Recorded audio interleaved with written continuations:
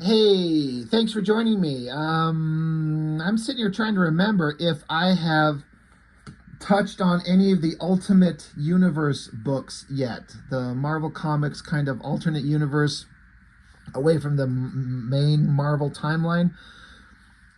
Everyone knows what the Ultimate Universe is.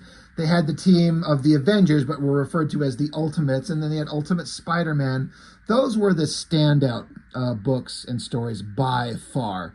Ultimate X-Men, I think it kind of started out with some interesting ideas, but I think it ultimately failed.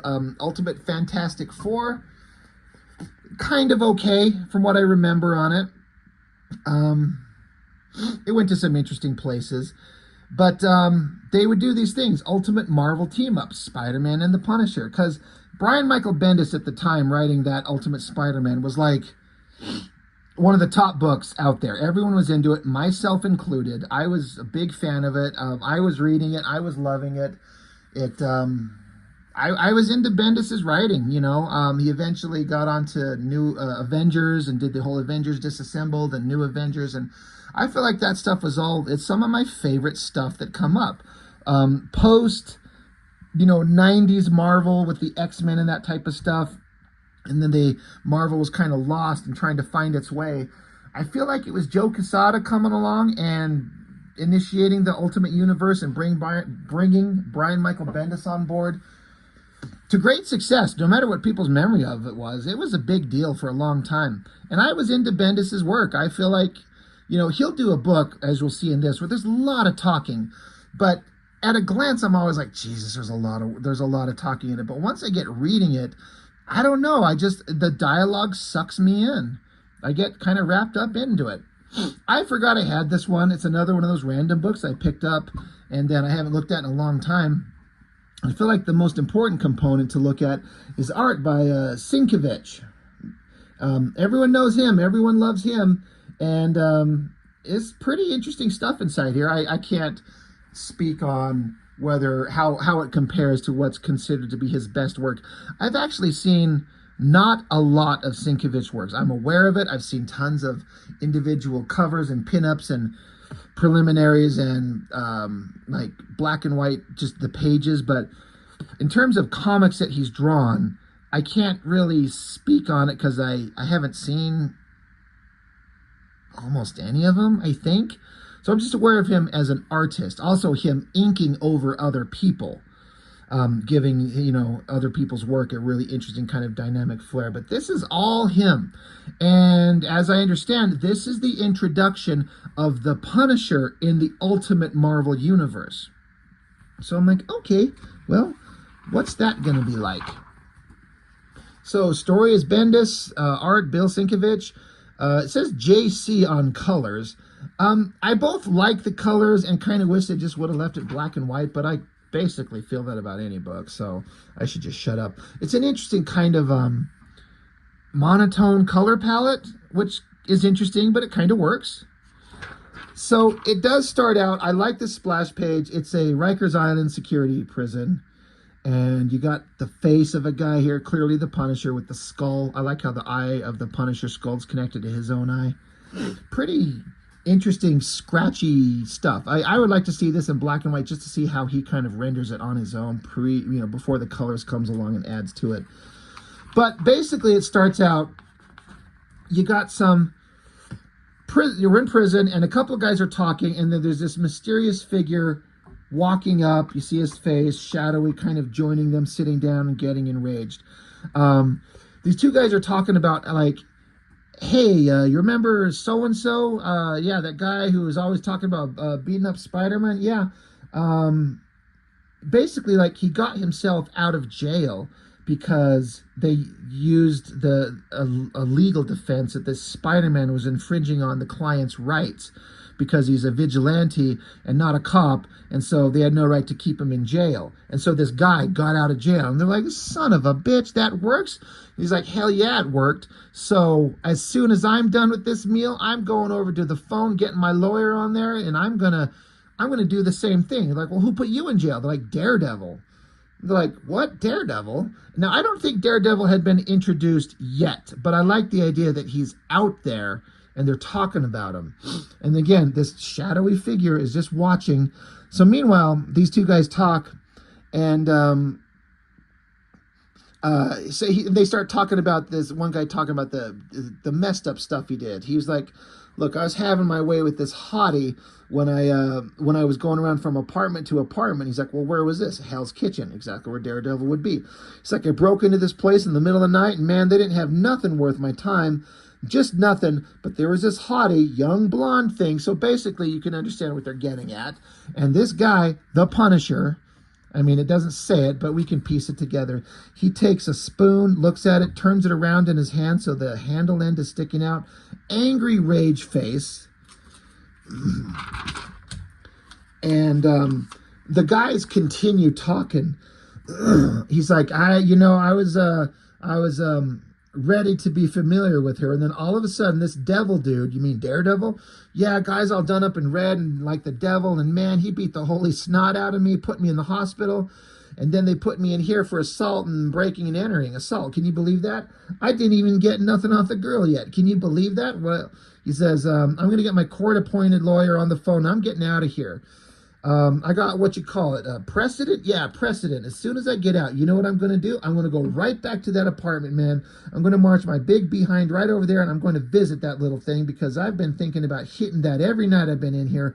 I got me some unfinished business, and there ain't nothing going to keep me from what I got coming to me. So being real slimeball human beings, and of course, the hand with the spoon, the Punisher just takes him out, just gashes him, gets in a big fight with everybody. Again, digging the artwork. This really rough, scratchy, emotional charged stuff. I really dig it. It would be so fun to watch how Sienkiewicz draws these. Like, I'm curious as to what tools he would use for these scratchy lines if you see it up close. Is he using like a dip pen, a brush, some kind of technical pens? I don't know. I can't imagine these are technical pens. I don't see him doing that. Brushes and technical pens, or dip pens, if I had to guess, like a Hunt 102. But he keeps taking them out, and he gets the one guy down, and he freaking stabs him to death. He's got blood all over his hands. I like this little black and white kind of hazy shot of the cops coming in to get him. So Castle is taking them out, and then so the prison security shows up, and they're like, "Come on, Frank, we don't want to have to do what?" And this other cop's like, "Don't have to do what?" And this guy says, "Come on, he used to be a cop." And the other guy says, "And he's here for killing a cop." So you got Castle there looking on, and then they taser him. So you're getting the idea, the concept of the ultimate universe version of the Punisher. He was a cop, not a soldier, and he's in jail for killing a cop. So, you know, I can see that they're doing this because we're so far away from the original Punisher was in Vietnam, right? We're so far away from that timeline, it just doesn't make sense. So you can't have him be the Punisher and still connected to Vietnam, so he's a cop. So they got him down and out. They drag his ass away. All great artwork. Really neat stuff. And then you get a jail cell, and a cop is letting a woman in, and the girl's saying, like, "Well, how's he doing?" He's like, "Yeah, he's a prince among men." And they look in here, and he's shackled up completely. The girl's like, "What the hell is this? Unlock him." They're like, "That's the warden's orders." She's like, "Let him out of that contraption. He's not a cannibal, for heaven's sakes. Did you even read his report? He isn't going to hurt me. You know why? Because he only kills those who he believes to be criminals. I'm not a criminal. You're not a criminal, and that is ridiculous."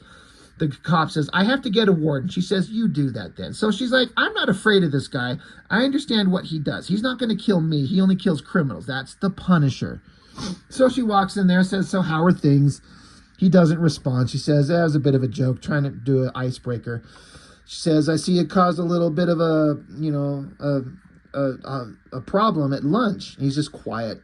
He's like, "How many is that? 9 dead inmates in what? You know, it's amazing they even bother letting you out of solitary." And he just remains silent. So it fits the Punisher's kind of who he is. He's silent, he's focused, and he doesn't need to have pointless conversations. The artwork on this page got a little interesting. These extreme close-ups, and the line work is really chunky and weird. It looks to me like it's a smaller drawing that they zoomed in on really close. I can't quite figure out what was going on here. It's very different from everything else. I'm loving all of this stuff. This is fine. It was just a big splash page to have lots of dialogue. And again, normally, I say this all the time, I see this much text between two characters, I'm like, oh, Jesus, Lord, this is going to be a slog to get through. But when you know how to write good dialogue and it's interesting, and I got to give it, for real, I think Bendis does, or at least he can. So she continues saying, she says, I've been writing the warden pretty hard about getting you out of here altogether. I told him Frank Castle, all he wants to do is execute criminals. That's why they call him the Punisher on the 6 o'clock news. And what do? They put him in a prison with criminals. And you know, the warden doesn't even seem to see the irony. Or maybe he does. Who knows? I know I do. But the guy is definitely dead set on keeping you in here. That's for sure. You have to wonder. And so then he says, wonder what? She's like, oh, he speaks. I wonder if maybe the warden likes having you in here, thinning the herd for him. So I looked up the record of your latest kill, and I gotta say, you sure can pick 'em. This one, Jim Washington, was in for a series of rapes and assaults. Seems right up your alley. So what did he say that got your dander up in such a dander? And he says, he made it very clear that he was no longer needed on the planet. She says you. He says some little girl I saved from an inevitable life of horror. She says, maybe. He says, definitely. So again, this is the Punisher. This is his mindset. He's like, there's someone who made it very clear he doesn't need to be here, and he took him out. Now, granted, I'm not saying that anybody has the right to be a vigilante and take the law in their own hands, but that's why we have stories like this, because it lets us explore the concept. And that's what the Punisher is. So she continues, you know what it didn't do? It didn't bring your family back to life. You feel like finally talking about it? And he just says, talk? With a question mark, close up on her eye, and then we see some balloons, and then so we're clearly seeing a flashback. There's Frank Castle. I'm going to say his wife and daughter and maybe a son, and then a person selling balloons, like a family scene outside. Everything's kind of fun and happy, and you know where this is going to go. Unfortunately, if we know the Punisher story, even though this is an alternate universe version, the basic concept's the same. Off in the distance, some shadowy figures come approaching. He's just happy. Wife, daughter, son. They come up. They got guns. Everyone kind of looks. The wife looks, a look of shock. There they are. And then they just unload on them, just mowing everyone down. Just taking out his family. And it has to be horrific for you to understand how Frank Castle can go to the place that he does. It has to be horrible. They continue shooting. You see just daughter, son, wife, just dead, lying there on the ground. Balloon floating up into the sky. I am right. That is a son, right? Am I reading that visually correctly? I'm guessing. Anyway, wife and kids are dead. And then Castle, he's still alive. He's reaching for his wife. Upshot of the villain with the gun looking down at him. And you see on his belt buckle a symbol like an old time. It looks like that old German kind of handgun. I can't remember what the name of it is. But on the belt buckle, and then a shot of the guy with the gun, the balloon floating away. And then the balloon shape becomes a little white shape that then translates back into the eye of Castle. I like how his two eyes are here in color there, but then black and white there. And Castle says, no, I do not want to talk about it. So she says, Frank, you know I've read the reports. You know you're an exceptional police officer, and you know I respected your wife a great deal. If you hadn't killed those cops like you did, I know I could have gotten you help. But no one will help a cop killer. It's the only thing I don't understand. It just doesn't fit. If you know something about those two cops you killed, something I can use to state your case. So she's trying to get him out of jail. Like if these were like corrupt cops doing horrible things, she could at least get him out of this horrible environment. She says, she was a spectacular woman, Frank, and my heart breaks every time I think about the nightmare your life has become. But I cannot help you if you don't meet me halfway. I can get you out of here. I can get you into a more humane institution where you can work out your issues. And he says, no, you can't.